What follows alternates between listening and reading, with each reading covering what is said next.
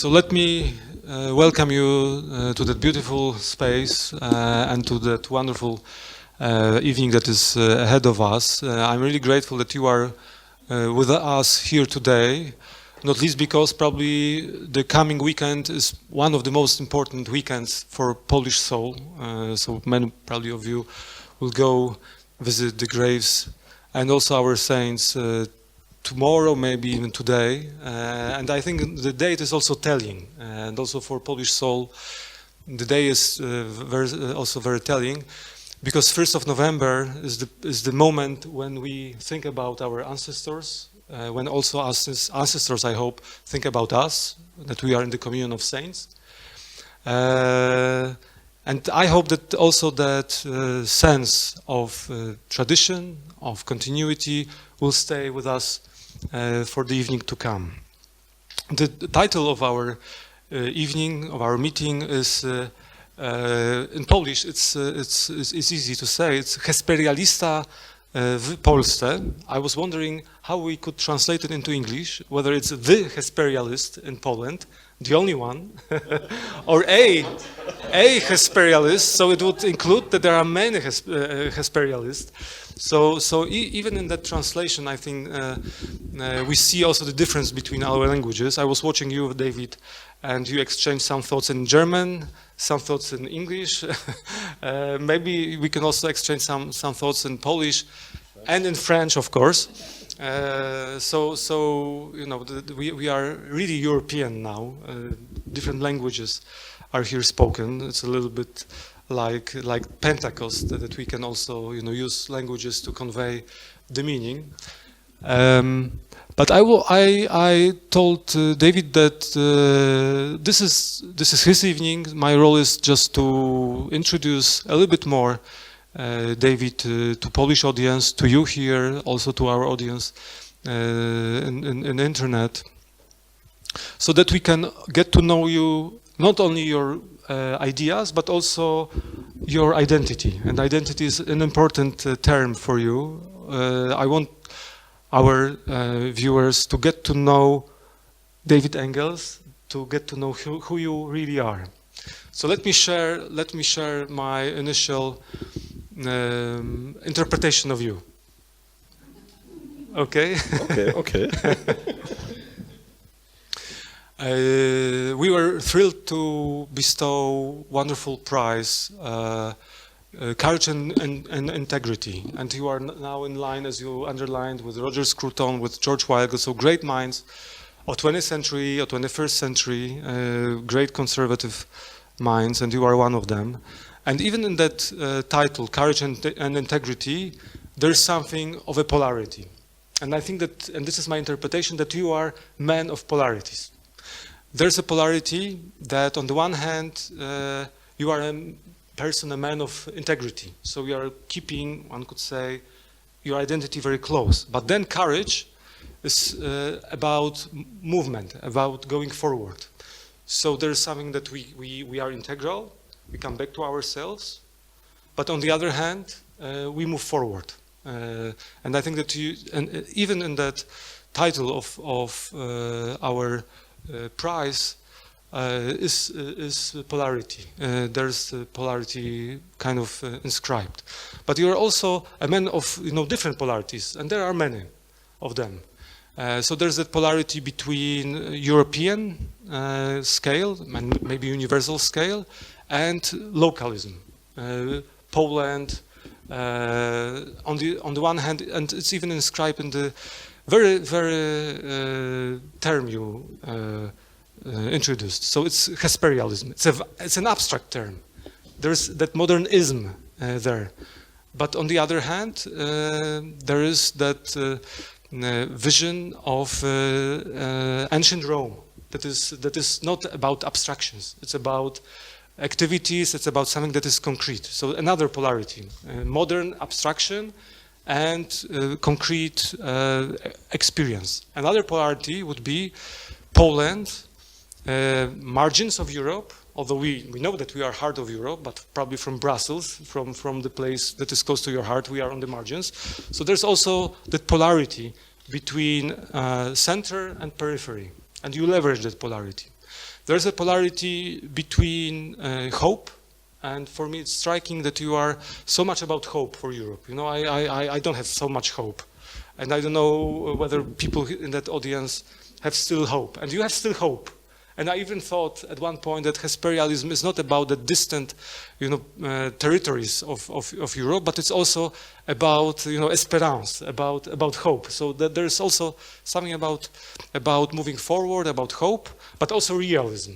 That we are also a really, maybe not real politic thinker, but we are a realistic thinker. Okay, so now I see, I know what you mean, that I have to keep closer. So also you are very realistic about Europe, about danger of Europe, of deconstruction of Europe, but also danger that is the danger of centralization of Europe.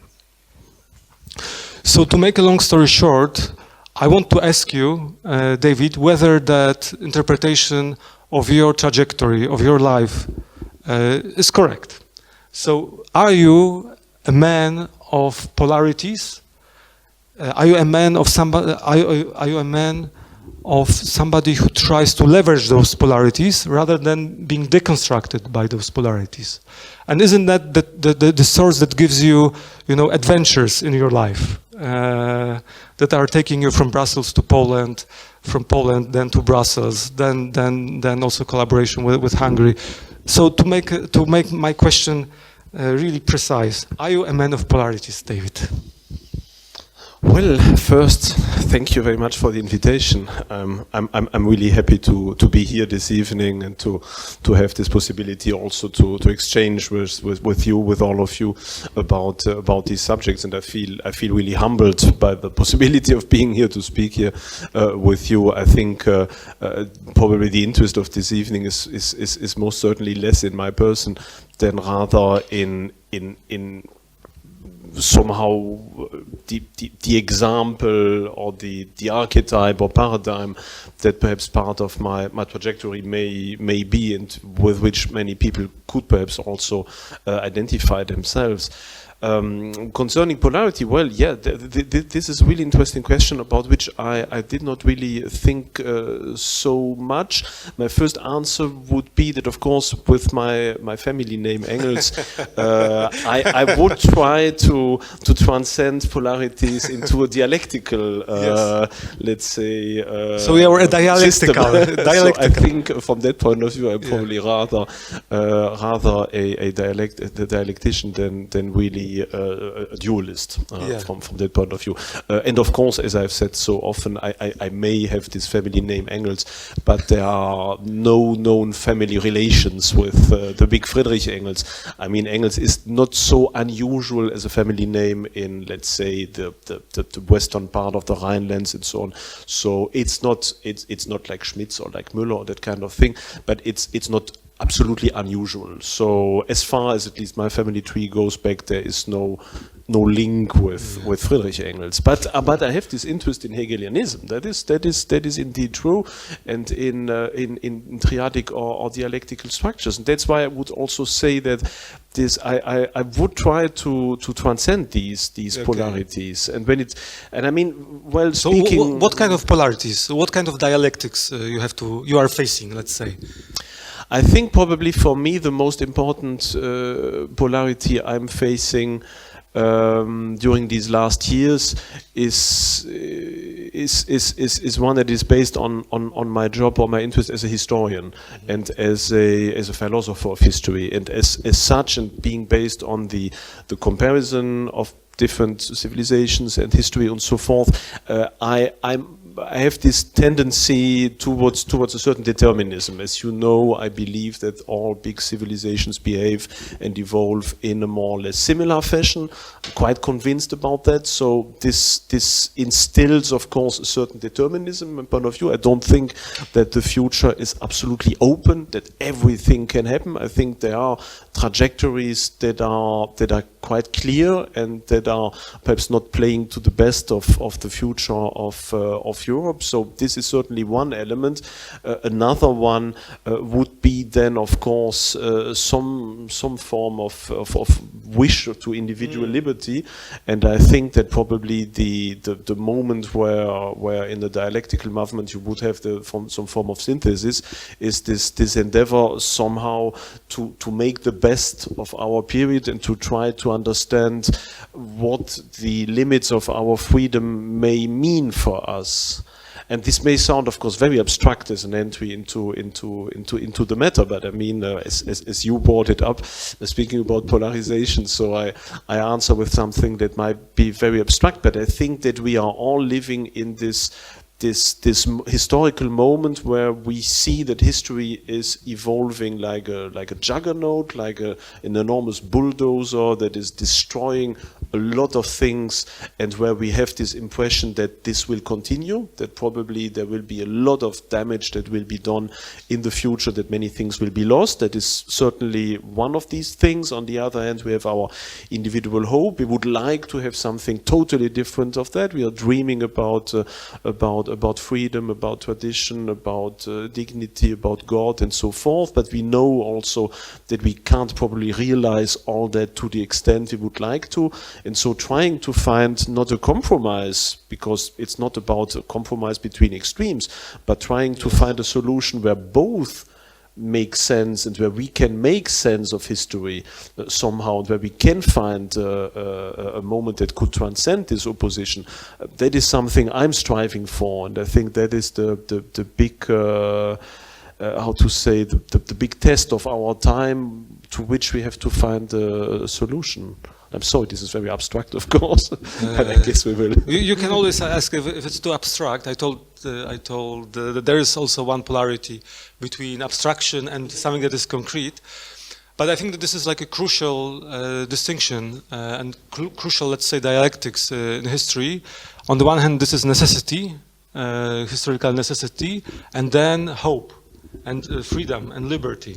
And you try, even when you say that there is kind of evolving of history in one direction, when the moment you say it, you give us a little bit more freedom, because we become conscious of that. So then we can a little bit maneuver that. So let's make it more concrete. We have the dialectics between necessity, historical necessity, and freedom. And there was one great Polish historiographer, Jerzy Topolski, who titled his book "Necessity and Freedom." He tried to understand, the meaning of history. He came from Poznań, so I'm looking at Justyna Schulz. I don't know whether you knew him or not, but he was one of the finest Polish historiographers and also, let's say, philosophers of history and precisely of historiography. So what is concrete? What you see ahead of Europe? So what will happen? You say, the damage will happen. That might be the devolution of Europe or centralization of Europe. On the other hand, you also compared Europe to Roman Empire, Republic. Yeah. So to the Republic, and your peers didn't like that comparison. So you were scapegoated for even thinking that we can compare Europe to Rome. So what's ahead of us? What concrete experiences will await us in future, like in 10, 20 years? Well, I mean, Poland has the advantage of being a bit behind this evolution, of course, in comparison to Belgium or to France or so, as you all know, even if your country is obviously trying to catch up as soon as possible with all the evils that have already happened in Western Europe, unfortunately. But yeah, I mean, It's not a very positive outlook, of course, but I guess that's also why you invited me, because you know, of course, my vision. I mean, there are many disasters ahead. There's the demographic disaster, especially here in Poland, where the demography and the natality is absolutely catastrophic, where your entire nation is just disappearing in a couple of generations, basically. So this will have enormous consequences. There's of course mass migration. That's not so obvious yet here in Poland, but it is of course disastrous in the rest of Europe, and it will lead to a total change also in politics, because already now the French government, the German government, the UK government, they don't have just to deal with their own autochthonous population, but there are so many people from other cultural backgrounds with their imperatives and their point of views that are influencing politics, that a new politics is emerging that will affect also Poland, even if Poland should somehow manage to stay a bit afar from that evolution. Then of course we have the Christianization, which is also massive in Western Europe, where the Christian church is basically disappearing or becoming a very marginal phenomenon, really on the periphery of public consciousness, with even obvious forms of Satanism that are becoming more and more fashionable.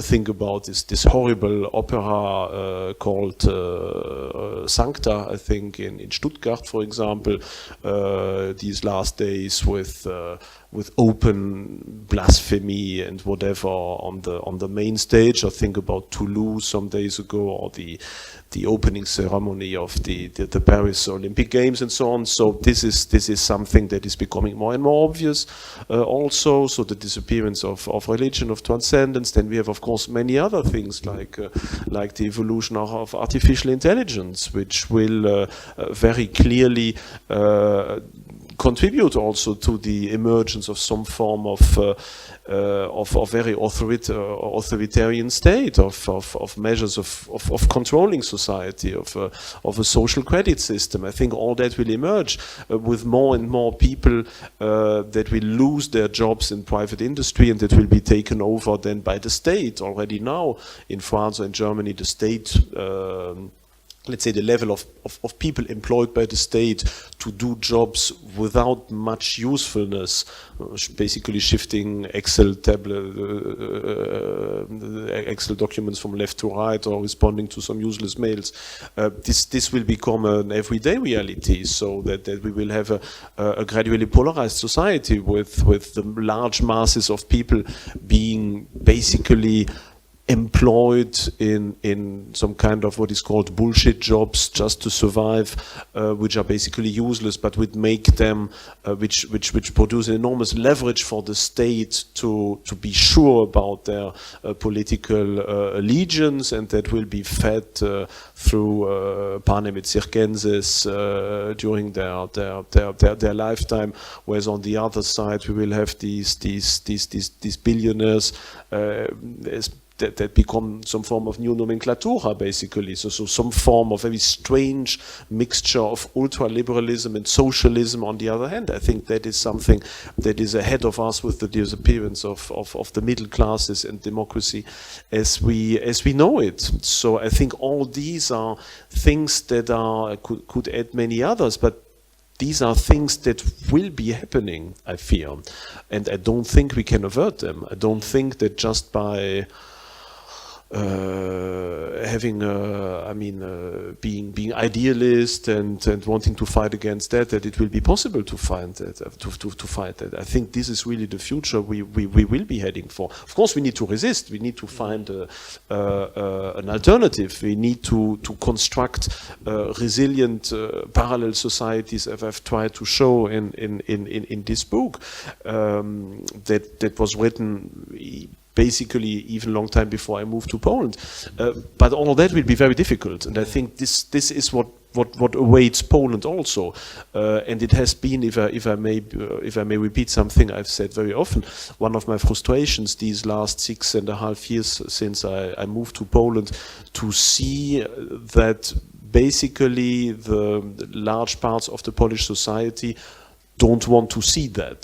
They prefer imitating the West, thinking that every error that is committed by Paris or Berlin or Brussels needs to be repeated in Warsaw.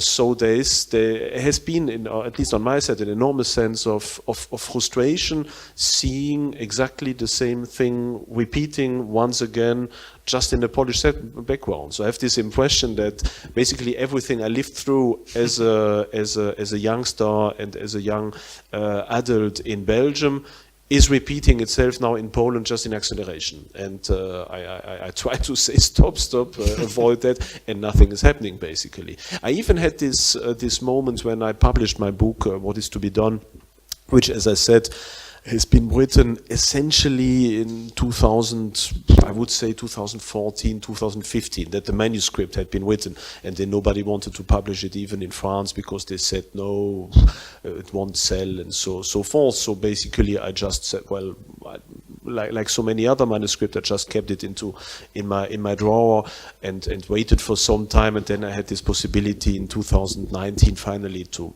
publish this somewhat older manuscript. And when I reread what I had written in 2015 or so, from the perspective of at that moment living in Poland, I thought, well, I was perhaps much too pessimist at that time. Perhaps I was wrong, and living in Poland is so great. The future will perhaps come from Poland, from the Visegrad countries. This could be a real game changer. This could be the better Europe that we would be able to build. So I was extremely positive. And on the last pages of that book, I really had this hope of ex oriente lux and so on, so that even there might be something new emerging from Poland. And I really even had some scruples saying, should I really publish it? This is so pessimist. And now, when I see what is happening in Poland, I'm once again feeling like yeah, you are not pessimistic enough. Exactly. Now it applies. Okay. Exactly to Poland. I see that some of the people also who read that book at the beginning saw it rather as some warning of a strange guy coming from Western Europe on things that would happen very differently in Poland. But by now I have the impression that that kind of book is precisely what unfortunately very unfortunately many people in Poland can now start to relate to. It's just a bit of a pity that let's say this message is perhaps only understood at a moment when it is too late. Yeah. So of course you can buy the book here using your credit card. So we have to be capitalistic as well a little bit, but it is possible to buy that book under, of course, with the title, let's say progressive, Lenin Chernyshevsky's title, What Shall Be Done, or What is to be Done. But let me ask you a provocative question. What's wrong or what's bad with the fall of Europe or with the fall of Poland? Why should we mourn the fall of Poland or the fall of Europe? That's an excellent question, because there are many people, at least in Western Europe, who would say, I don't care. Many young people would say, yeah, why should we care about all that? What does it mean? What does it mean if France falls, if Europe falls? Because they're already disconnected from history. But that is also typical for late civilizations such as ours, that so many people do not feel any more loyal to their past. They do not feel as if this is something that belongs to them. I had this impression during many of the last years at different universities to see how many young people are already disconnected from their past, because it is not their past anymore. They see the history of their country as something very strange, very foreign. I often tell this anecdote, but sometimes in my lectures on world history, when I tried to speak to them about the 19th century or about the Aztec Empire, basically for them, it's more or less the same. It's very far from them. The Aztecs or the 19th century or Middle Ages, it doesn't affect them. It's something strange. So yeah, they don't care. They don't care. So the question is legitimate. Why should we care? I mean, my answer to that, or let's say there's perhaps two answers. The one is a typical answer based on a certain notion of responsibility and of duty. We are as all conservatives know, of course, this is not terribly original. We are part of a chain. We owe something, so to say, to our parents, to our grandparents. And I don't speak even in a physical or genealogical way, but rather in a very general way. We are the result of hundreds or even of thousands of years of people working, people fighting, people having hopes, people not consuming things, but trying to accumulate them so that their sons or their children could have a better future. But these were bad people who weren't there. Of course, they were all Nazis. They were Nazis, colonialists, racists, and so on. You know? Exactly. So how to respond to that? That is the thing that is being deconstructed. How can we be loyal to our ancestors who are portrayed like that?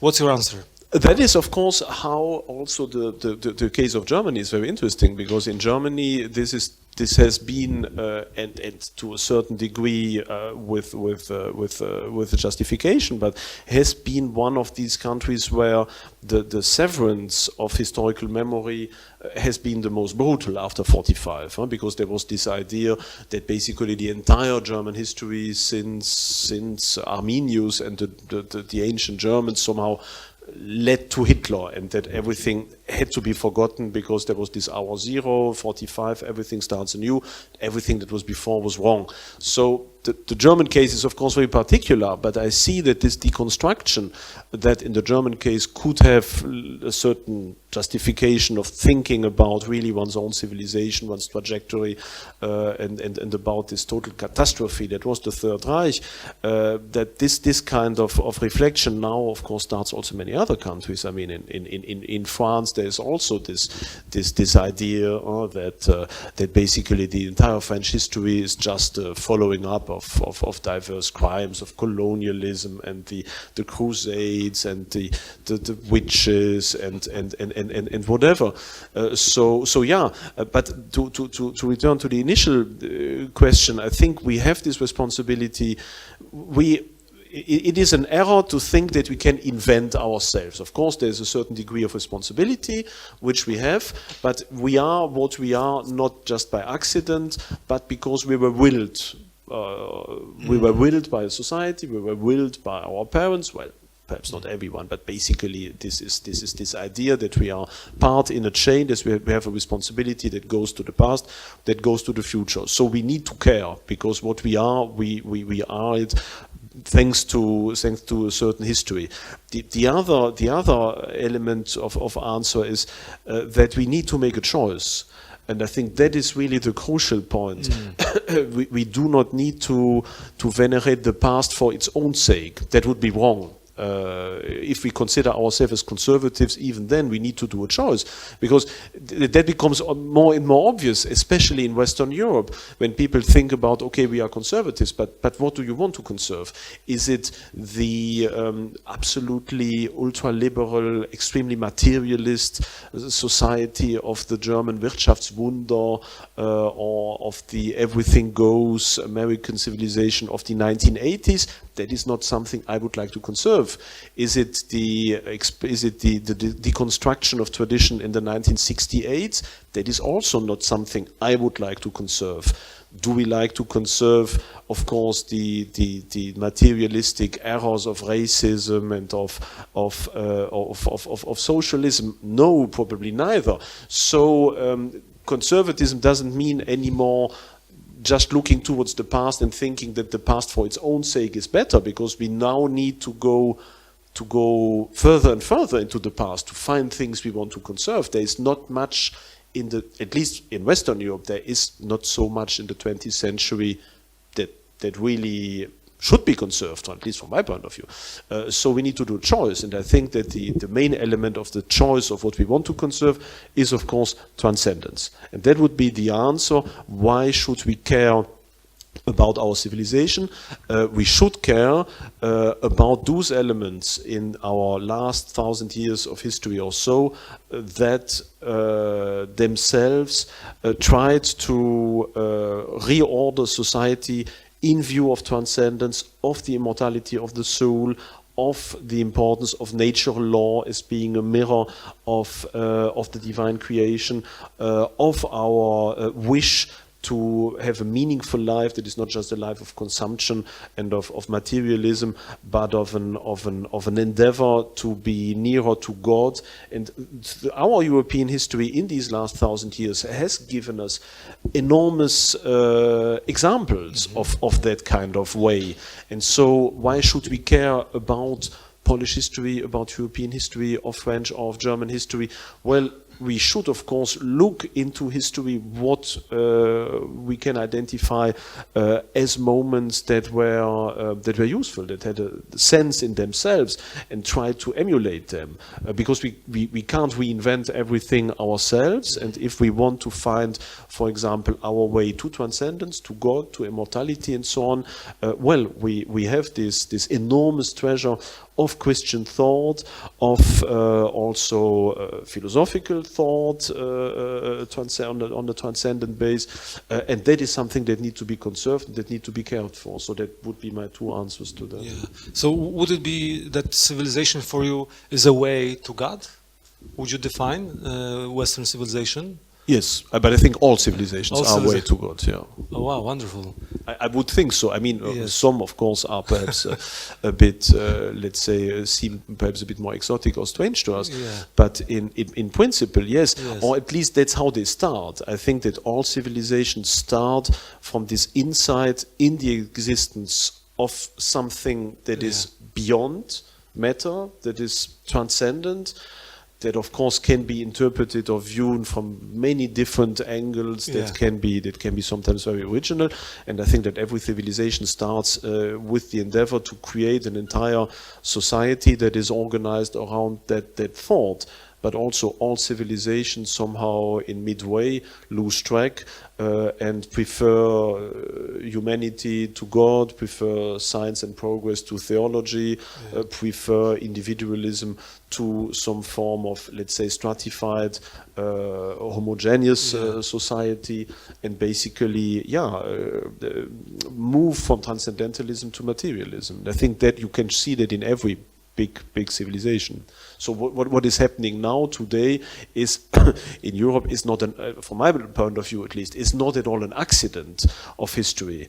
It happens every time, and that's of course also on the basis of my book On the Path Towards Empire, whose Polish translation had been published by the Instytut Zachodni, where I try to show that also from a spiritual point of view, these similarities are obvious, and we could extend that parallelism to many other civilizations also. Yeah. So then it also resonates with me that I love Polish culture, because for me it is also an adventure of finding meaning, of finding God in the final instance, and this is what connects me with actually Adam Mickiewicz, Juliusz Słowacki, for whom actually the 1st of November was an important day. So this is how we started. But other than that, I think it's very hard to conserve anything, because we don't know what's important. We need some ultimate point of reference. So I want to ask you about that ultimate point of reference. What was your trajectory? What was your adventure of finding God in your own life? Because it was not probably, as I know from Oliver Bo, who had that wonderful laudatio for you, I know that it was an adventure, it was a process, it was not something that was obvious for you. Yeah, that is true. And of course, it is a path that is certainly not ended in any way. So this will continue. I mean, as Olivier also described, I've had a Catholic upbringing. My parents are Catholic. I've Baptist, gone to communion, and so forth. So it's not that if I came from an atheist background, my parents are also honestly seeking for something. But let's say that at least for me, as a youngster in Belgium, I was not so interested in these questions. You were like your students, weren't you? No. let's say that I had difficulties with the Catholic Church as I saw it at that time. I saw these horrible churches in concrete. I saw masses where people are just playing the guitar and loving each other. Basically, my religious upbringing in school was basically about teaching us that everything is just about socially loving your neighbor, but God or the Trinity or so on, all that was of no interest. So it was an absolute secular vision of a purely social Christianity without any real transcendence in it. So I have to say that I despised that religion. I thought, this is so crazy. How could people for 2,000 years be fascinated by something that is so mediocre and so without any form of interest? And basically it is only through a series of many steps, and also one of these being, but there are many others, for example, the discovery of the Tridentine Mass, of the Latin Mass, that I suddenly learned that even from a ritual point of view, everything I thought was the typical Christian Mass was not that typical at all, and to the contrary, was basically something extremely different from what the Mass and the ritual was about.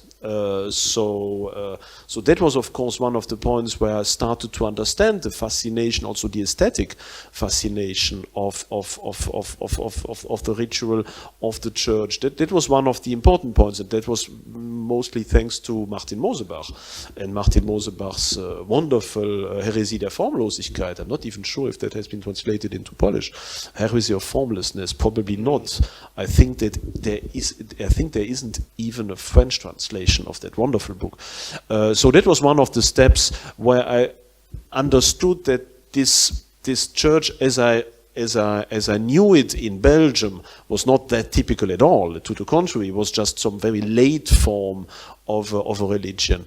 But of course, there has been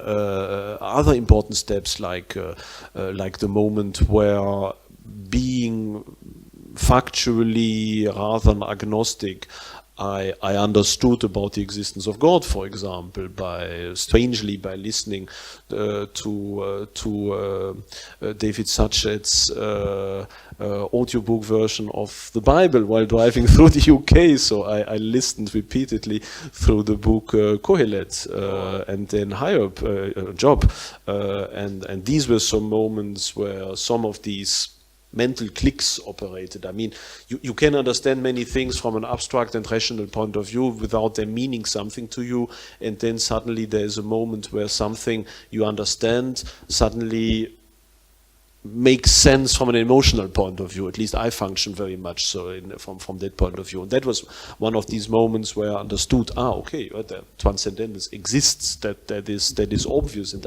I share it because there is this element of the immortal soul and of the intellectus that can understand and mirror and be identical with God. So that was another important moment. Also the insight in the incarnation of Christ, which I understood also much later. Also, strangely, probably people will kill me online for that, but while reading a book on Taoist concepts of immortality, because I'm often very interested in Taoism, and when I read about Taoism and how this concept of man becoming God, and there was one of these moments where I thought, also some click happened where I thought, okay, now I can accept something that for me was a real stumbling block. You don't have to worry whether people will kill you or not. They will kill you anyway. I mean, exactly. Online. I wrote about that so often also. I mean, other important moments for me when it comes to my spiritual voyage, and as you see, I'm interested in other civilizations. So very often my discovery of my own Christianity went through discovering spiritual elements of other civilizations that gave me this foreign look and this understanding through other civilizations of my own history.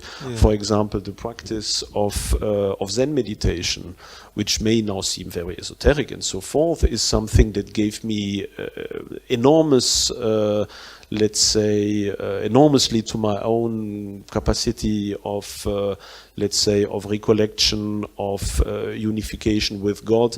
And when I read, for example, that the practice of Zen meditation is something that existed in Christianity in the Middle Ages, that there are whole treatises like the treatise of the Cloud of Unknowing by an anonymous English monk, probably from the 15th century, that describes in all detail Zen meditation, but reinvented from a Christian point of view, and who only reflects a practice that must have existed in Christianity for many centuries. That is also something where, let's say, Christianity and the union with God became something that doesn't just exist on the paper, but something that I can practice every day, basically. So this, and that is why, from that moment, also mystical thought, like Master Eckhart, for example, but also Saint Therese of Avila, and that, let's say, this more mystical branch of Christianity became very important for me from a very purely practical point of view, because I started not just to read about things, but to practice certain acts. So these are many of these different steps that led me more and more into, let's say, a certain interest for spirituality that is not just a bookish, rational interest, but that is an everyday practice. Mm-hmm. And so often when I see that when I speak to people about Unio Mystica, the possibility of really experiencing God in oneself, I see that people always think that this is about a theory and not something that is, as it is, something that can be reproduced from a very practical point of view. Yeah, I was wondering whether you meditate also while speaking to us.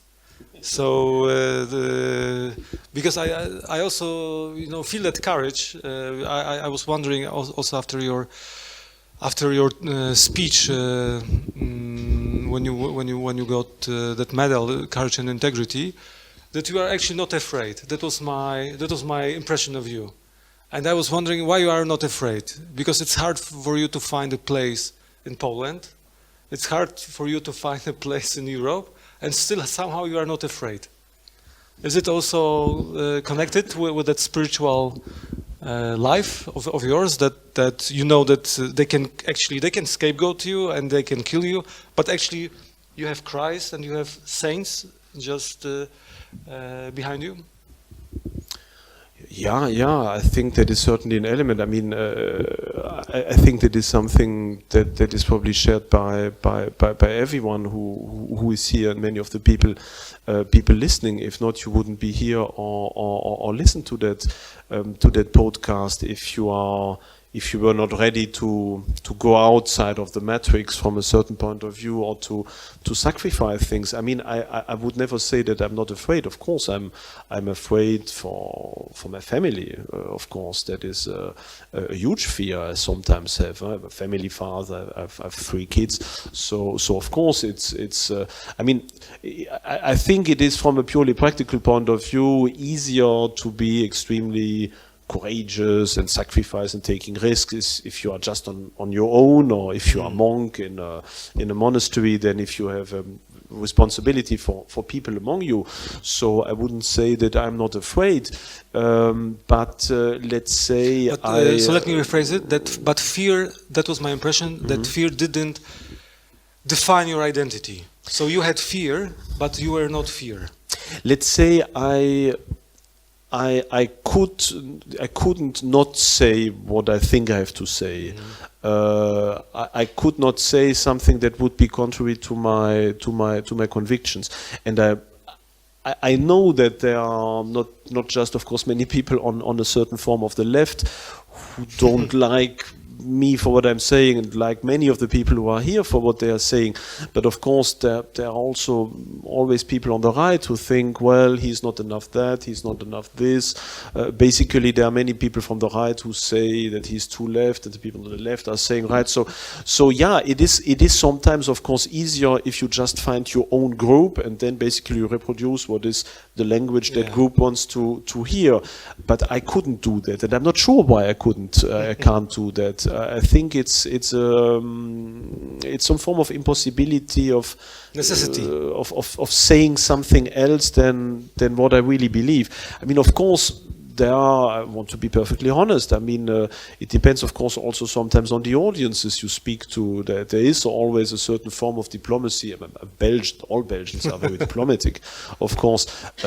Ways of explaining your thought in order to adapt them. I mean, if I try to explain about loving European civilization to a Catholic audience or to a left audience, of course you choose other words, you choose other examples, you put an accent there and perhaps not there, or the other way around, in order to lead people there, because you have to take people from where they are to be led somewhere. But I at least would like to lead all these people to a certain point, and that point is always the same, and I couldn't not do that. So yeah. Okay, maybe it's that German element that here you stay. Here you stand and you cannot. Luther. Yeah, well, I'm not sure if that is really the examples. Yeah, I'm not sure. I'm not really sure if that is that German, because without wanting to go into Germany bashing or so, but I think in Germany there is a certain tendency towards consensus, towards being like the others. I think that the German nation is profoundly apolitical, and that is of course not very original to say that. Everyone knows that. There's this even the caricature of the German Michel, who is so apolitical in his head. Basically, many Germans want to have a state that functions and not being disturbed by politics. I think that is something that explains this phenomenon Angela Merkel very well, who consciously depoliticized politics and played the role, let's say, of that form of apolitical prince or king or whatever that is just governing people without and trying to speak about the lack of alternatives and so on. So I think the Germans are perhaps not necessarily the example of having this wish in them to derange others. I think that is probably something that is a bit more Latin. Okay. I think that many French people, I mean the French, the Italians, perhaps partly also the Spanish, are, I think, more political as nation. They don't have that big problems in antagonizing others. When I speak with with friends from France, if I say a certain position, the first reaction of my friends would be to say the contrary, just for the pleasure of arguing against and just having something to fight about a little bit, and having this little dispute, and then we order another bottle of wine, and then food is great, and in the end everyone is a friend, and next time probably even the political positions might be switched by 180 degrees without anyone really caring about that. Whereas in Germany, saying to something, well, I'm not of your advice, I have another point of view, immediately creates this chill in the ambience. In France, it stimulates debate. In Germany, it's he says the you are not Deutsch nice anymore. Yeah, so that's why I'm not sure if this is if there isn't also a bit of that. But basically, I have this.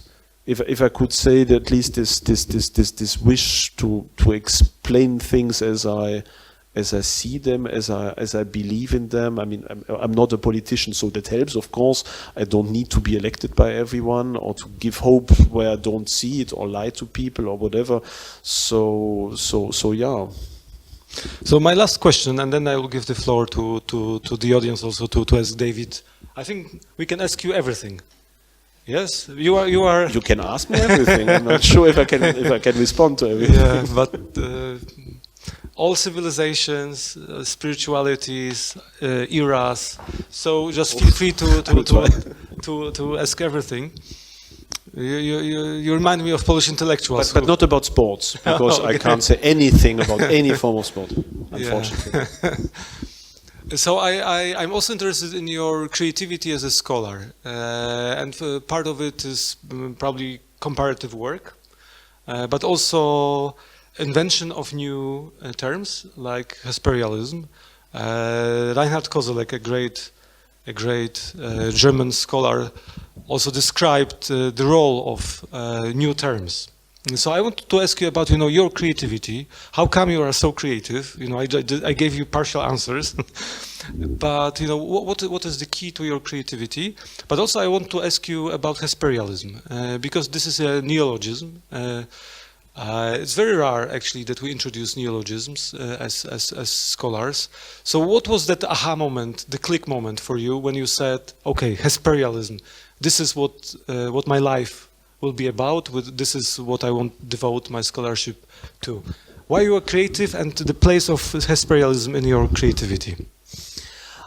I'm not sure if I will devote my entire life just to that idea. That may change. I think in the last years I'm more and more turned towards reflections about spirituality, about God, about transcendence. So that wouldn't mean I would not be any more interested by practical politics or European patriotism. But let's say that I think I'm on the path of, let's say, transcending that a little bit with interests that are more and more towards certain forms, at least of spirituality and reflections about things beyond politics. But I mean, one of the reasons of a certain output is the fact that I like writing. I have this let's say this advantage of not having what is called in German Schreibhemmung, this blockade of writing. I know that many people fight with that. They have this panic being for a blank page and not to know what to write. I have that very rarely. Sometimes it happens, but basically I can write quickly and much. That is something. And of course, one of the things that is the most blocking for me is that I'm very often asked to answer the same questions, basically. So, for example, questions like what is European identity, or what do you mean by Hesperialism, or what are the parallels with the late Roman Republic, that kind of thing. I must have answered to that at least 500 times, probably. So there is this moment where I think, my God, once again. And there is this, sometimes I do copy-pastes also from other interviews and rewrite them a little bit. But basically, what helps me is the fact that I don't write about these things just like that, but because I believe in them. And so every time when I'm there and saying, no, my God, once again, then I think, well, first let's be grateful that there are people interested in my thoughts. So that is something that amazes me every day, that someone may ask me about my thoughts and not just ask someone else. So I have first this impression of duty and gratefulness. Okay, they took the pains to ask me, to have my advice, so the least I can do is to answer, of course, and to write a new text, but also because the answers are important for me, because this form of this European patriotism is important for me. Trying to explain to people what I believe is the essence of European identity is important for me. Trying to show them what are the issues of our presence. These are all things that are. It's not just a job for me. It's a bit of a mission to say. So it's not something I could just drop like that. For example, I had a colleague when I worked in Brussels who once said to me, but it was about history, of course, ancient history, something that shocked me very much. She said, well. Because she also told me, while you are writing a lot, because I wrote a lot of scholarly papers already at that moment, and she said to me, well, why do you do that? Speaking about herself and saying, well, if I wouldn't have my job being paid by the university for what I do, I would immediately see scholarly research, because I do it because I'm paid for it. But if I find nobody honoring my work through money, I wouldn't be interested in doing scholarly research anymore. And I was really shocked at that moment, because I thought, well, for me, research was something I would do anyway until the moment of my. So this is why they could fire you, because they knew that you will pursue. Yeah, and that explains, of course, also why I write all that stuff, and why sometimes I repeat myself again and again, because, at least from my point of view, I think it is important, and it's what I write is not about me, but about something that I believe is important. That is also that refers a bit to your very first remark. Am I a Hesperialist or the Hesperialist in Poland or even in Europe? I mean, it's not because I invented, and I didn't even really invent that term myself, that I would think that I own this idea. I think there are so many people who would say, okay, if Hesperialism means that, then of course I agree with that idea. That I see myself rather as an exponent of that than just being someone who creates a new idea. I would even say, even if that may sound a bit arrogant, but I think that probably all absolutely true ideas are, by the essence, not original. Because truth is something that has always existed, and that will always exist. So basically, it's about rediscovering something that has always been there. So the absolute truth is finally the least original, because it's always there. And I mean, what is interesting, because you asked me about the term Hesperialism, I co-invented it with a friend one evening. Basically, I had this idea when I finished my first book for the Institut Záhodní, Renovatio Europae.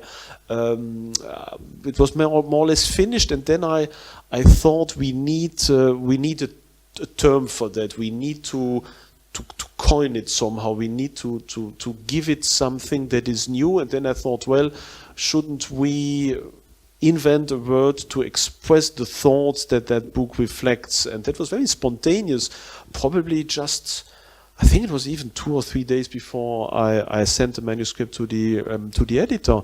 And so I texted with some friends, and then we were speaking about geographical terms and Europe and the West and Abendland and all that kind of stuff. And then this idea of Hesperos came out. It was a good friend of mine who came with that idea, even that we could use the term Hesperos. And then I thought, well, that is a good idea. So let's do. And I think he was rather about Hesperismus, I rather about Hesperialismus. And then in the end, I settled for Hesperialism as a term. And then afterwards, I discovered just some weeks ago that who was it once? I'm not even sure now. I forgot the name, but a French conservative author of the early 20th century had already used Hesperial as a term to express some form of love for the West, but not Hesperialism, but as an adjective, Hesperial. But I discovered it some weeks ago during an interview, which is even online, when I was confronted with a quotation and asking me if I was influenced by it. I said, well, I never heard about it, but it's so just to say that even this idea, in the end, it's not necessarily about originality or so, but about giving a term to something, coin a new term, and hope that perhaps one day some people may use that in order to express something that is there, but that couldn't really be formulated as easily without having that word. So we started that conversation with the question about polarities. You reframed it that it is rather dialectics, but dialectics for a reason, that we want to transcend those polarities for a reason. And you use that term, transcend. And then it came up that we are here talking actually about transcendence. So not some horizontal transcendence, but really vertical transcendence. So maybe we can leverage all those polarities, all those tensions, only with somebody who is above, with a true transcendence rather than revolution. So this is what I'm taking from that conversation. I'm just wondering about you, people gathered here in the audience, whether you have some questions, some comments about everything. Except sports. Yes, So probably, so we have to give.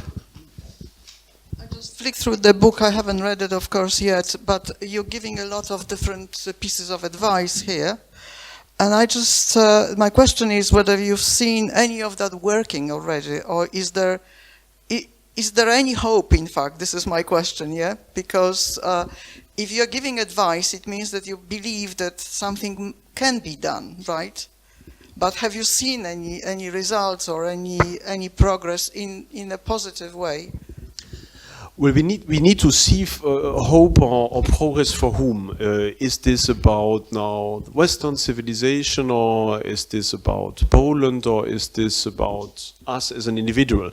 And this book has been written as a more apolitical book. So it's not necessarily about political advices for society, but it is addressed to the individual. Because, as I said, I wrote it in 2014, 15, in a situation where I lived in Belgium, where I worked for a university where I became more and more marginalized, unfortunately, where I was in the middle of a town that was already at that moment largely Islamized already. So in a situation where I was stuck in a workplace, where I lived in the middle of foreigners in a society that became worse and worse, and where I had this impression, okay, that won't change. We can't change it. This is a bulldozer that will destroy everything, at least for the next 20 years or so. So if I want change, I need to change myself, basically. I need to create in my own environment, first with me, with myself, this cell of hope, basically. And so that is why this is radically individual. And that can be changed at every moment. You can at every moment have this decision of believing in God, of having a walk outside in nature, of trying to create beauty around yourself, of reconnecting with your family and the people who are near and dear to you, to try to become as independent as possible, as humanly possible, from this self-destructive system, trying to keep the state out as much as possible, trying to invest in a more or less responsible way when you buy stuff, read decent books and so on. I mean, these are things that are not necessarily political. These are things that can help you in everyday life. Basically, that makes the difference in either you just succumb and go with the flow, or you resist, at least as an individual, so that every morning you can look into the mirror.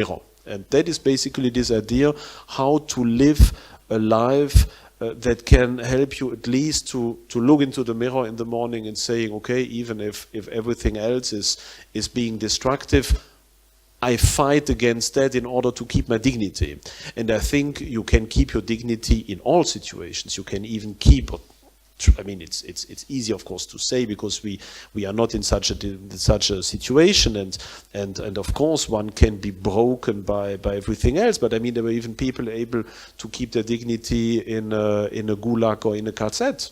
Maximilian Kolbe, for example, people who tried that even in this absolutely dehumanizing situation, you can still keep somehow your honor, remain a human being, somehow, even by sacrificing yourself, but remaining entire. And that is something that cannot be taken from us. And as long as that exists, there is hope, of course. There is hope for yourself, because something else that we shouldn't forget, and that I insist on more and more, because I think I become probably less and less political and more perhaps a bit spiritual in many ways. I mean, on the one hand, the decline of the West, the end of our civilization, and so forth, of course it's horrible, because it's accompanied also by the loss of a certain vision of mankind, of God, of nature, and so forth. That is obvious. But the fact that we realize that the West is declining and disappearing doesn't take away from us our own personal, individual obligation at proximity to God, as an attempt even towards sainthood. And I think that is really important because many people, and I was also among them, and partly am of course still, we have this tendency of hiding a little bit against this decline of civilization, saying, "Oh, everything is that horrible, and there is mass migration and demography and hedonism and materialism," and that we think that we would need to first fix society before having then the right of living a good life. And I think that is an error that many people commit, and I have this tendency also, so I including myself into that, but I think that is a temptation also, and it is an error to think that we first need to fix the somehow society, and then again we can be happy and religious and near to God. I think it's the other way around. I think that nobody can take away from us this absolute and first and foremost responsibility, which is that we need to find our way to God and to practice our proximity to God every day. And that is, I think, the ultimate aim. The rest, of course, is also important because it can help or not. I would be the last one saying, "Oh, politics is not important." To the contrary, we see how important politics is, because if we have a politic that is trying to close or demolish churches, to ridiculize Christianity, to import people from other religions in order to create havoc and also spiritual, let's say, uncertainties. If in schools people already young kids are somehow taken away from Christianity, in a society where mass media is just around downplaying Christianity, of course, in such a society, it is much more difficult for people to find their way to God, because the door towards transcendence is not closed, because nobody can close it, because it is in us, but that door is nearly closed, whereas there can be societies where this door is big opened.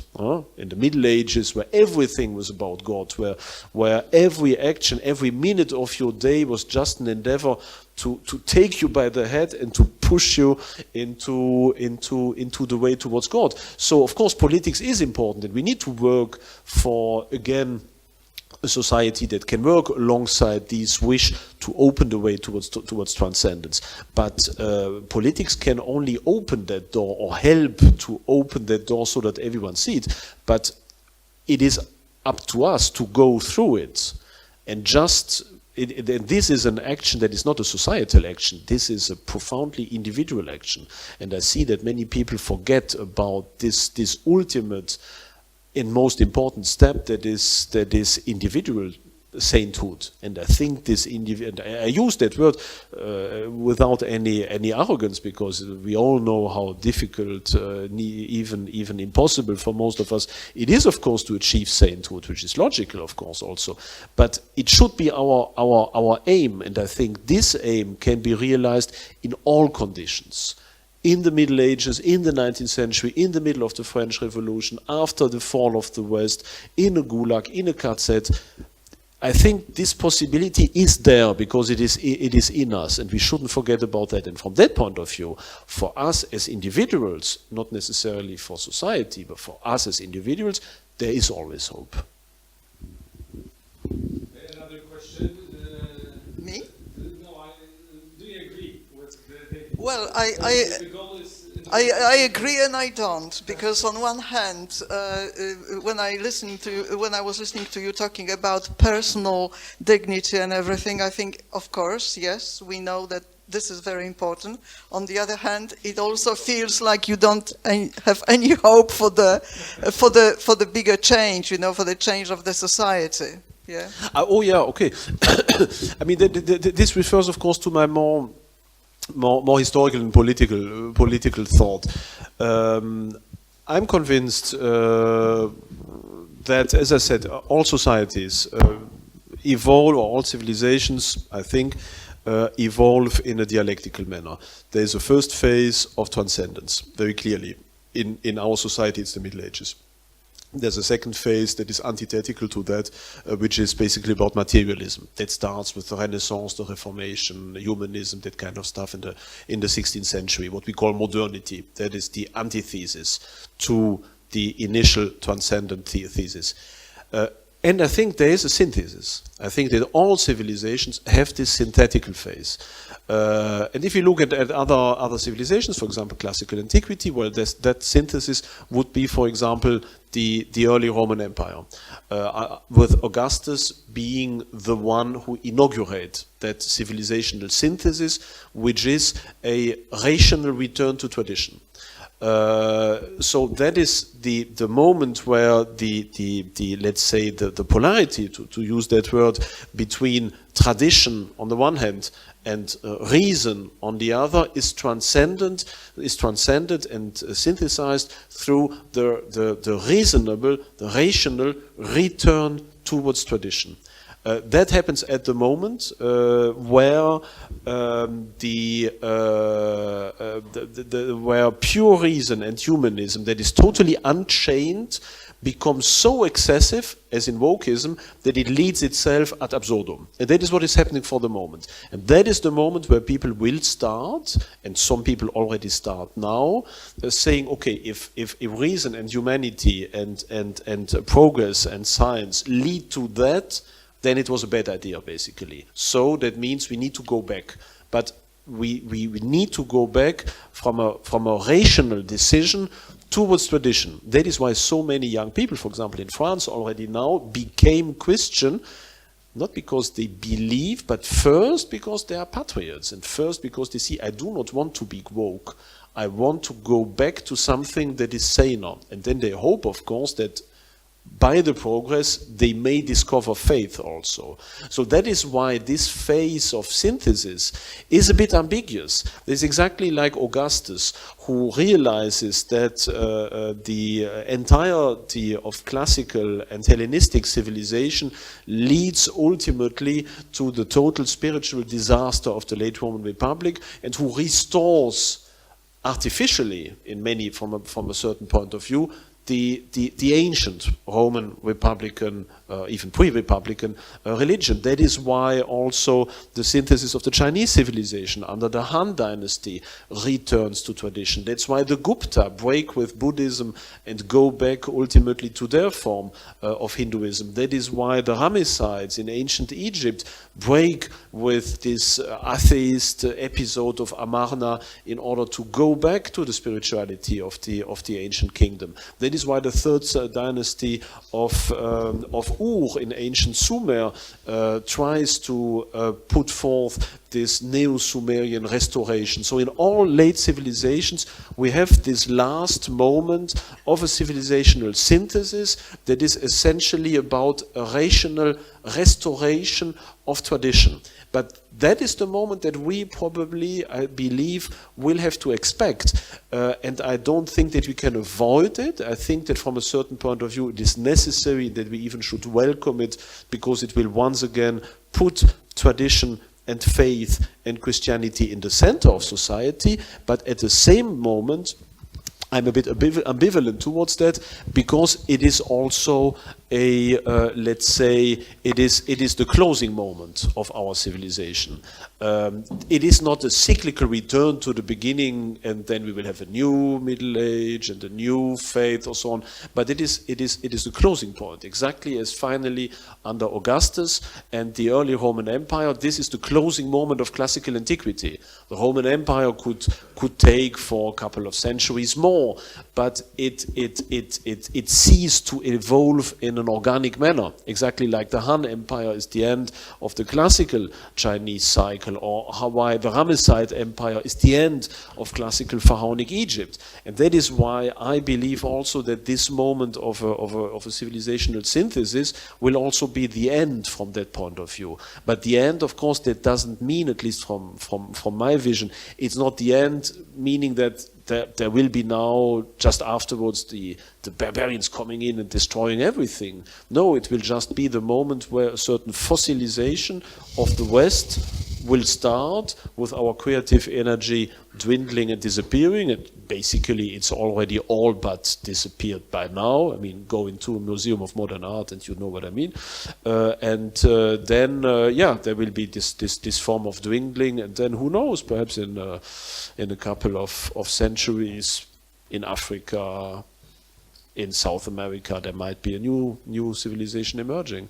That would be, if you excuse this answer, but just because you talk about hope and about the future. So I think that will be probably the future from a political, civilizational point of view, where we will be heading to. And this is a future that is a bit ambiguous, because on the one hand, yes, there will be these elements of a certain conservative restoration, but I think it will be also under authoritarian auspices.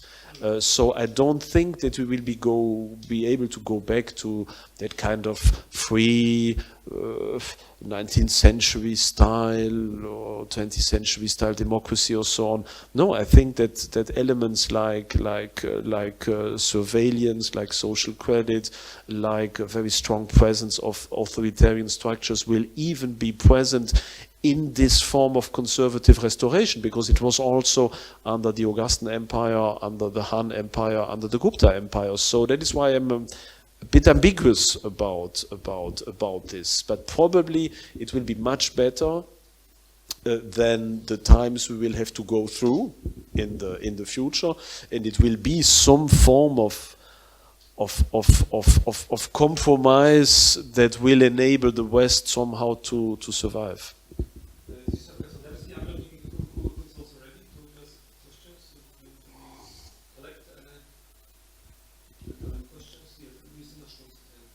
I just would like to go back to the trivial politics, but maybe not totally trivial, because I think that your position also here in Poland, in Polish intellectual rights, is very exceptional, because you are thinking about Europe, European civilization in general, but we observe the tendency, of course, there is a criticism of the Union, of the current situation in Europe, but it is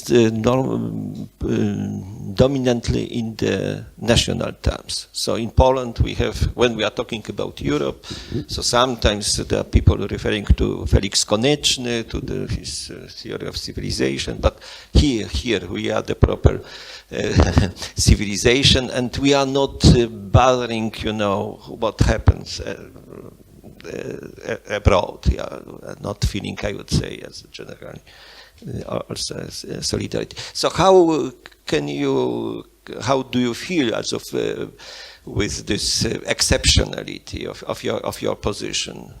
And I think only one problem there's always in this, because you are trying also to formulate a positive vision, of Europe. How can you, in your preamble to the to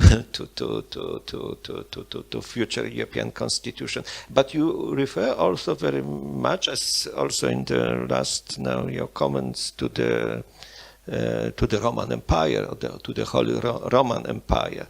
And it is also not very popular in Poland because of our history, especially Holy Roman Empire of the German nation, because our narrative is actually in opposite to this kind of unity of European civilization. So just if you can explain this a little. Let's collect, I saw that you are jotting down. So please. Here, the second question, forgive me my pidgin English. Stanisław Lem said once that nobody reads, and if reads, doesn't understand, and even understand forgets. So, how do you believe in writing? After Chesterton, thousands of his fantastic articles about the same. After Denis de Rogemont. That's all. Last but not least, Mr. Schulz. Thank you very much. It's a big pleasure for me to hear you again. It was a big privilege for me that every time you came to Poznan, we could discuss many questions. And for example, what you said that you haven't been taken seriously with some dangers and so on. Then I can I can say that we often discuss, for example, the problem of migration and so on, and we, many of us thought, okay, he exaggerates, and yes, it's specific experience and so on, and it does not matter in Poland. It's no problem of us, but we had always this problem, or I had always this problem when we discuss about your concept of such a determination. Yes, that it was you mentioned it at the beginning, and for me it's the question. Okay, you say we are doomed to decline, to disappear, and so on. Even if we all struggle and became saints, yes, we also doomed to irgendwie doomed to disappear. And for me, it's the question. What is your concept? What is this other power who this? Our power which is against us, yes? What is the driving power behind this development that it became worse and worse and worse from the Western civilization point of view? And the second question also, what is your assessment now? Because you said at the beginning your concept of Poland and all these possibilities we have and so on was very positive, and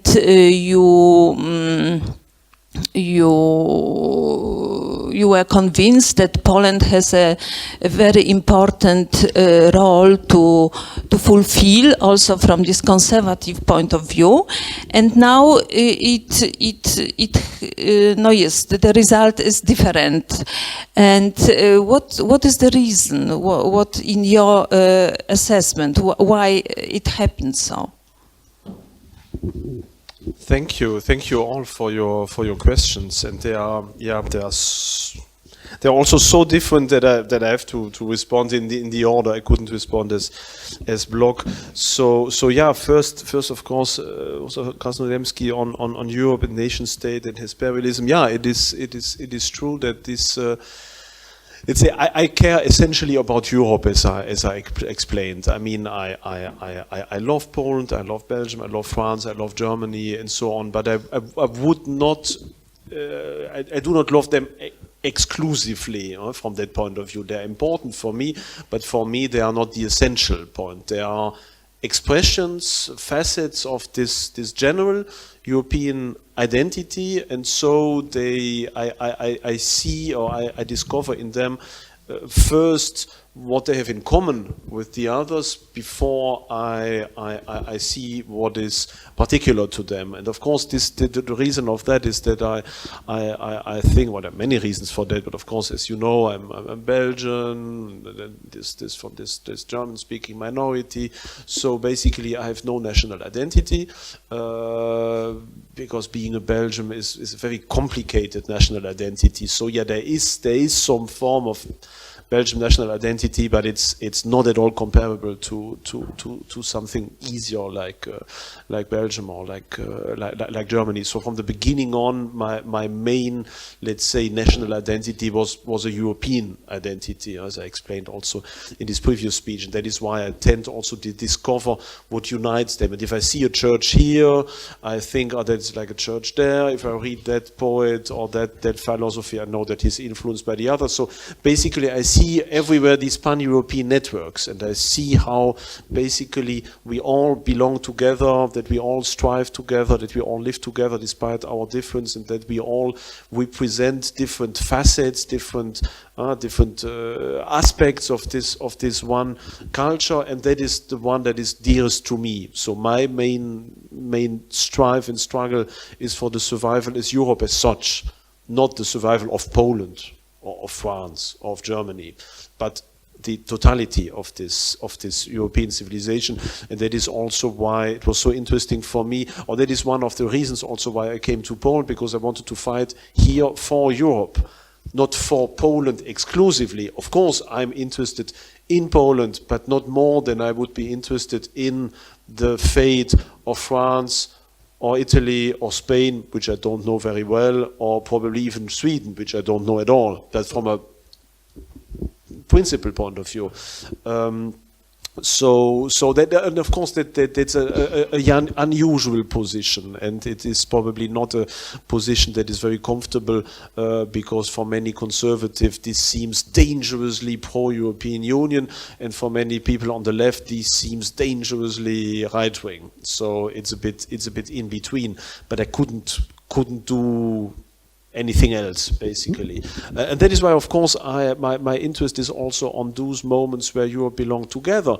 And that is also why I'm so interested in the structure and the history of these larger European empires, like also the Polish-Lithuanian Commonwealth, which I also often quoted as an example for subsidiarity, but of course also the Holy Roman Empire. And that is also one of these things that probably make, or that certainly make me unpopular, not only in Poland but also in France. I had a huge debate some days ago with Mr.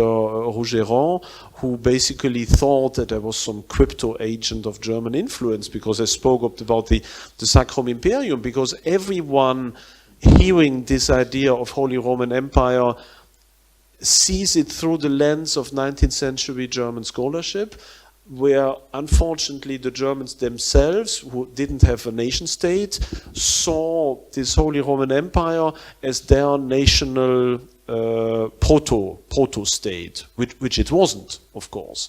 If you look at the Ottonian Empire, this has nothing to do with the German nation state or even any form of nation state. There are so many territories in what is today Italy and France and the Netherlands and what is today's Poland and so forth, that even this nation, the idea of empire is intrinsically supranational. That is even the definition somehow of a true empire, that is something more than just a nation state. And so even saying the Holy Roman Empire of the German nation is in its appellation already shows this uneasiness, because if it is the Holy Roman Empire, then basically it is much more than just German nation. So even this addition of German nation is something that was only created in the 16th century.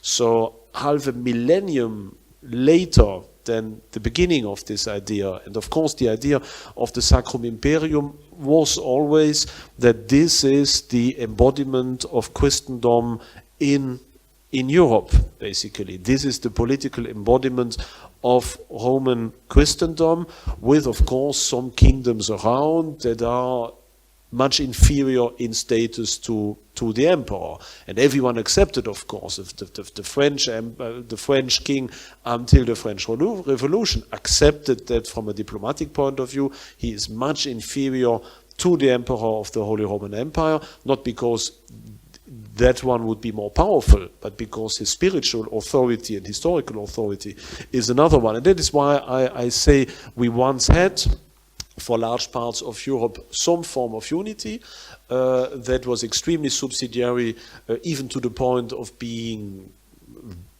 often powerless to defend itself. So important was freedom inside. And for me, from a certain point of view, what we have today, the European Union, is much more Kantian and Prussian and much more modern in structure than the Sacrum Imperium, which from my point of view is much more European and much more traditional than this very Prussian construction, very enlightened construction of the European Union. But of course I know that once again it is difficult to speak about that, because so many people in France and in Poland, when they hear about that, they see it through the lens of this very late romantic German scholarship and not on the basis of political reality, which means that for at least its first half millennium of existence, the Sacrum Imperium was everything else than just the German nation state.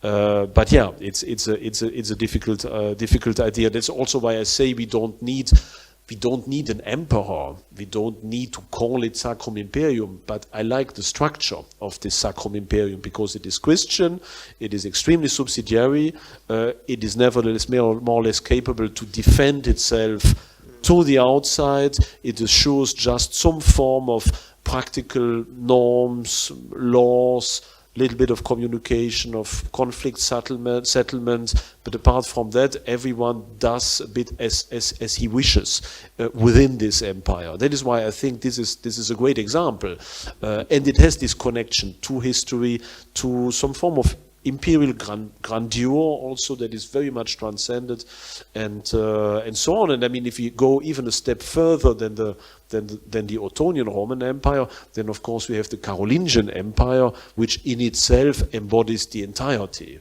which has territories in Spain, in France, and which is really then the nucleus, and in today's Poland also as a tributary region. So in itself, it is really the embodiment of where Europe started from. That is why I like this imperial idea, because it brings us back towards history, and it closes somehow this cycle by going back to our true tradition, our true imperial common European tradition, without being in this Brussels and enlightened and abstract continuity.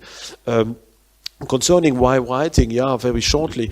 Why I often ask myself that, basically, why do I do that? I mean, there are of course two senses. On the one hand, for the moment, as I'm living by writing also, so I write because I'm happy also. People read it.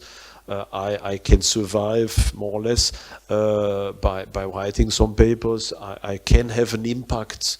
People read me, so there is this. It's sometimes a consumption good.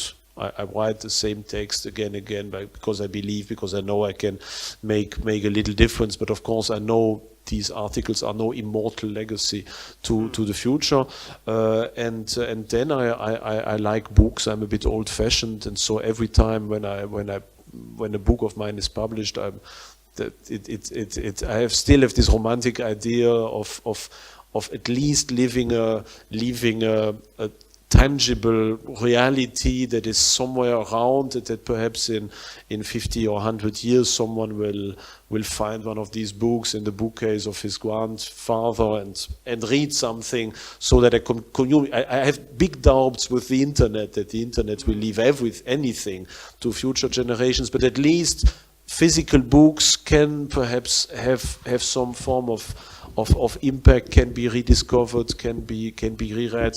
So I think that is probably one of the things that are motivating me. And concerning Justina Schulz, the first question was basically who is the enemy somehow, who is on the other side. I mean, this goes of course into a lot of speculation, and exactly. That is the short answer. The devil. Yeah. But what is the devil basically? What does evil mean? And I think that at the root of what happened, I mean, evil is everywhere and anywhere at any period. Evil existed in the Middle Ages and before Western civilization, and will exist afterwards. So it is in ourselves. I mean, this fight between good and evil, that's something that is not just linked to one period. But if we now try to understand what the devil means, well, basically he is embodied by this idea of non serviam. I think that is the core of what Satan is. He does not want to serve. He does not want to submit to God. He does not want to accept a certain order. He does not want to be part of something. He wants to have an existence of his own outside of God. He does not recognize that everything he is only through God, but he thinks he can be on his own. And I think that may sound abstract, but I think that is basically the problem. That is why I have so big problems with this idea of enlightened humanism, saying homo mensura, the human being is the measure of all things. I think that is deeply diabolical. because the only measure of things is God. Of course, you can always say the human being has been created after the image of God, so from that point of view he can be the measure of something else, but only if he recognizes that he exists only thanks to transcendence. It's everything that, or anything that is not linked to transcendence, that does not understand that ultimately he is nothing in himself and only something through God and by God and in God, means that this is the other principle, this principle of refusal. Well, why is there this negative principle? It must exist. I mean, God is infinity, God is timelessness, so God is the potentiality of everything that can exist, and that implies, of course, also the possibility of refusal of God.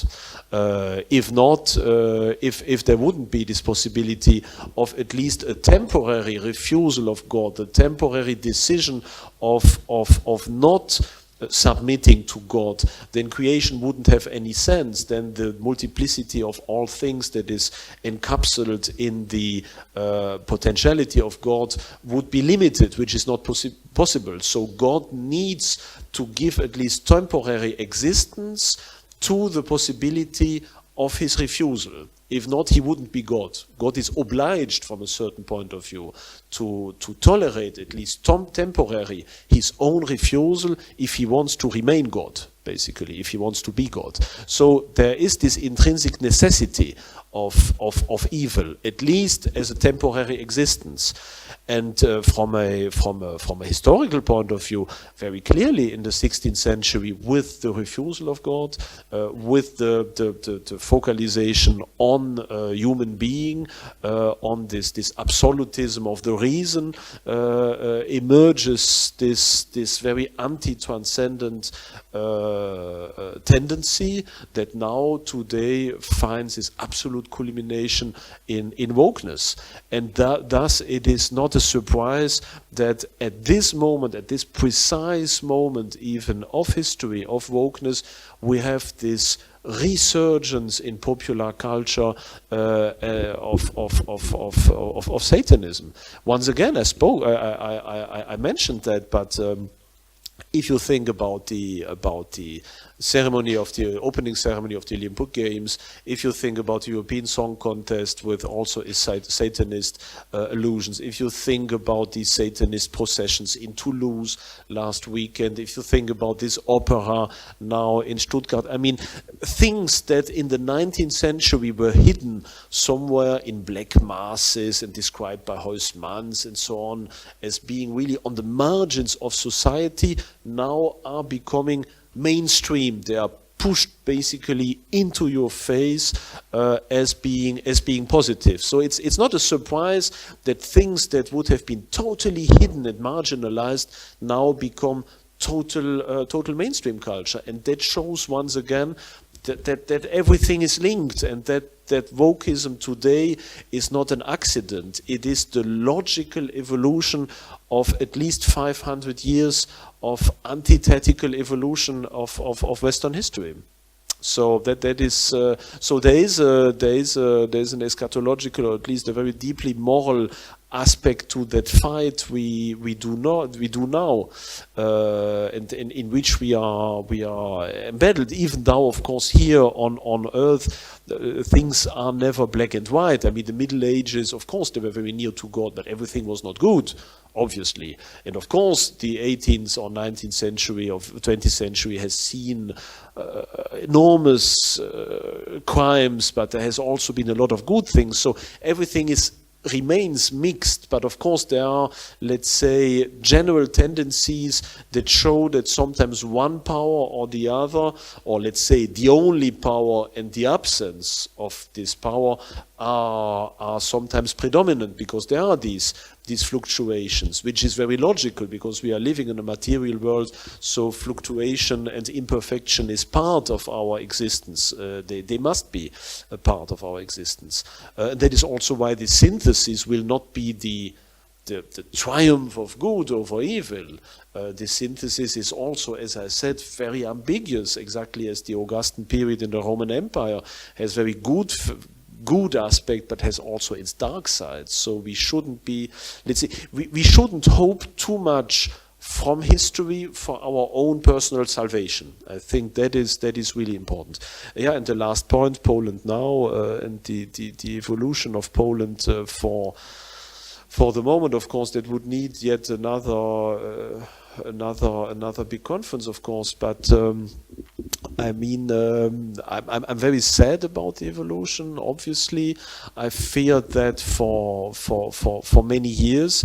Still, I had hoped that it could be avoided. When I see now the evolution and the rapidity and the brutality with which everything has been happening since the end of last year, I have big doubts about the possibility during the next 5 or 10 years to change anything substantial to that. Of course, I still hope that I might be wrong. But as I see it for the moment, I think we are well headed for a long term of deconstruction of Poland. And I mean the reasons are manifold. I mean, on the one hand, we have, of course, and I've always said that. So it's not that I'm saying it now afterwards and wouldn't have dared to say it before. I think there have been errors in the last 8 years. I think that trying to focus political success only on socio-economic markers and underestimating let's say the impact of cultural war has been an error. I think that this cultural war, the war about the souls of the people, the war about understanding what civilization and history and identity is about, by investing more in culture, in popular culture, in bringing that to the people, could have been fought in a stronger way. I think that Poland could have fought back better also during these last years if it had done more efforts to explain itself outside and try to reach out to explain its position to conservative people in Germany, in France, in Belgium, in the UK. I think there could have been more effort in good propaganda. I think. I mean, you see what if.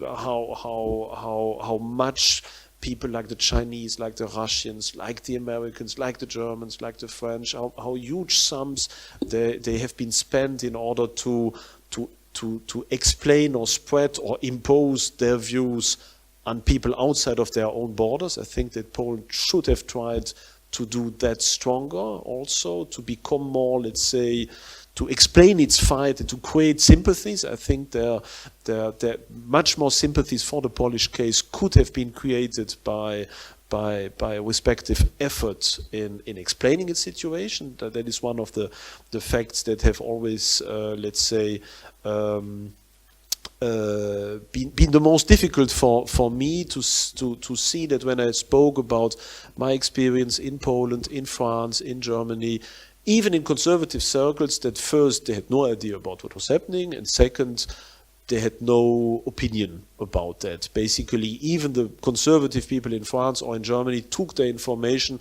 about what happened in Poland from left newspapers and had no idea really about it, and had no sympathies. And contrary to Viktor Orban, for example, who does this big effort in trying to show his opinion, and to every time he does a speech at the same day it's translated into English, it's put on YouTube, everyone is flooded by information on Hungary, so they're really trying to fight this cultural war and this war about public opinion with big means of power. And I think that it's a bit of a pity that Poland, that could have such bigger means even in also fighting that fight, somehow remained on its own. I think that is an aspect, but could it have decided to fight? I'm not even sure about that. I'm not sure if even that could have changed the outcome of the elections, but of course it could have created another form of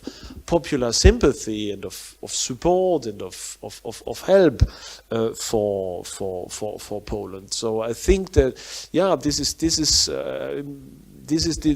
are many reasons, but on the other hand, as I have often said, it is difficult to fight not only previous opposition or political powers, but this fight is not just about a fight against Ursula von der Leyen or Donald Tusk in the last years, but it is also a fight against Netflix, a fight against TikTok, a fight against Disney Channel.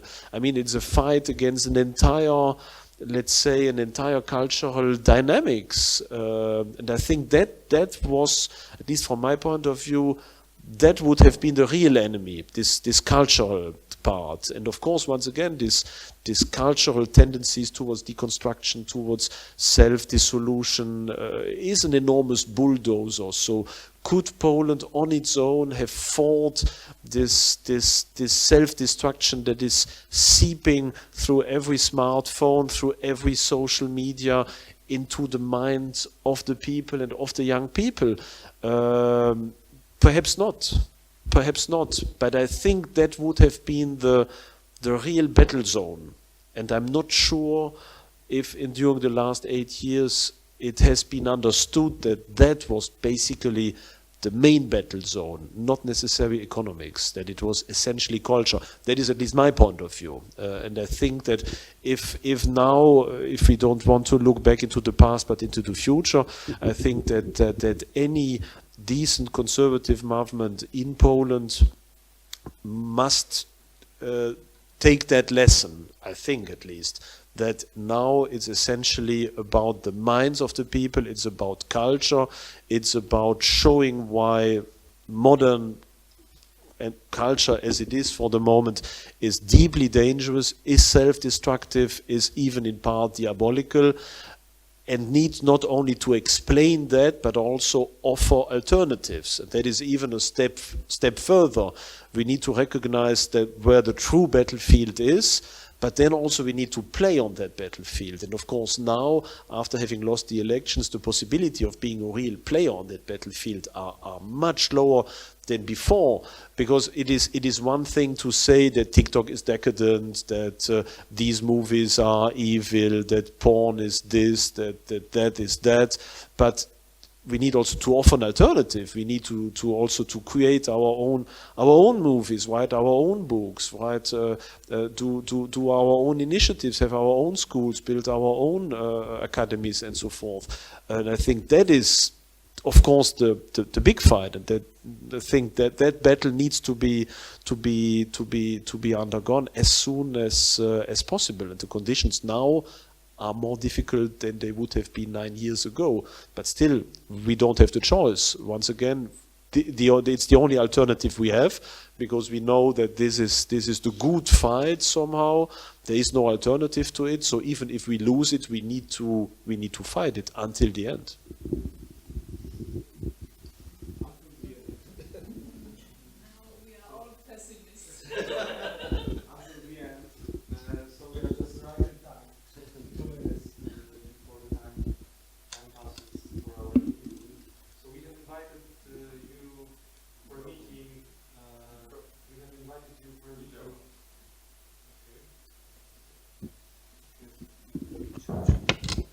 We have invited you for a meeting with a Hesperialist or the Hesperialist, and you have discovered, as I have, a historian, a geopolitical thinker, I think also a Christian existentialist. It reminds me a little bit of Krzysztof Michalski, who was described in the book that was also here promoted.